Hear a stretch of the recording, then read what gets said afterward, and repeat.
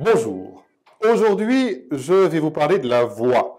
Et vous n'avez pas besoin de me voir pour m'entendre. Quoique, en associant la voix et le regard, c'est toujours plus facile. Le regard, c'est l'établissement du contact. Et donc, je vous parle en vous regardant et généralement, vous allez m'entendre avec les yeux. Alors, qu'est-ce qui fonde cette voix? Pourquoi cette voix est-elle l'interpellation même de nos émotions? Parce qu'elle va donner le corps et le relief à votre discours. Que vous soyez orateur, que vous soyez manager, que vous soyez vendeur, réceptionniste, téléphoniste, encore plus, vous allez avoir besoin d'une voix qui amplifie ce que vous dites et qui nous donne la conviction de votre message. Alors comment ça se passe depuis cette émission du souffle ici au niveau diaphragmatique, en passant par cette expulsion, les cordes vocales, et puis l'ouverture des résonateurs que nous avons par exemple au sinus et qui permet d'arrondir la voix? Eh bien, nous allons commencer un travail sur ce qu'on appelle le médium, le timbre. Quand on dit j'ai une voix qui est posée ou qui n'est pas posée, hein, c'est généralement une voix qui correspond à une personnalité qui est plutôt dans les graves pour donner une amplitude à sa voix et qui démarre sur une respiration du diaphragme.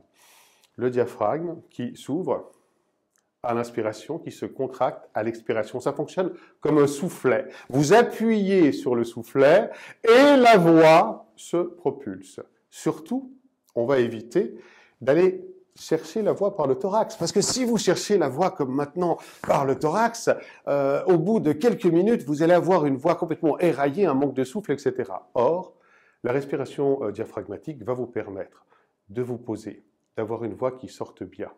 Après, je vais faire en sorte d'utiliser ici cette immense caisse de résonance. On a une véritable cathédrale qui va nous permettre d'amplifier la voix par une prise d'oxygène sans utiliser le thorax, c'est-à-dire sans vider cet air qui se trouve dans cette partie-là.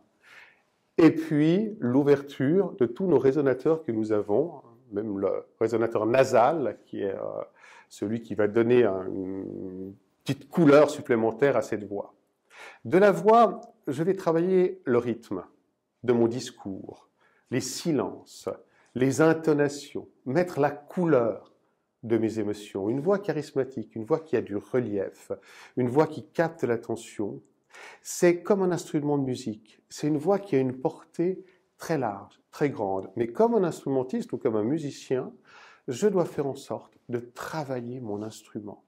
Et ça se fait petit à petit, tous les jours. Prenez par exemple un texte, amusez-vous à le lire de façon différente, de le rythmer de façon différente, de faire des césures à des moments différents, de donner des intentions, des impressions, la joie, la tristesse, la colère, etc., sur le même texte, et de voir comment vous pouvez l'harmoniser, qu'est-ce qui passe au niveau du message, et comment vous allez captiver votre public que vous avez en face de vous sur ce texte-là. La voix, c'est la vie, c'est ce qui vous permet de capter l'écoute de l'autre, d'être dans cette émotion qui vous galvanise.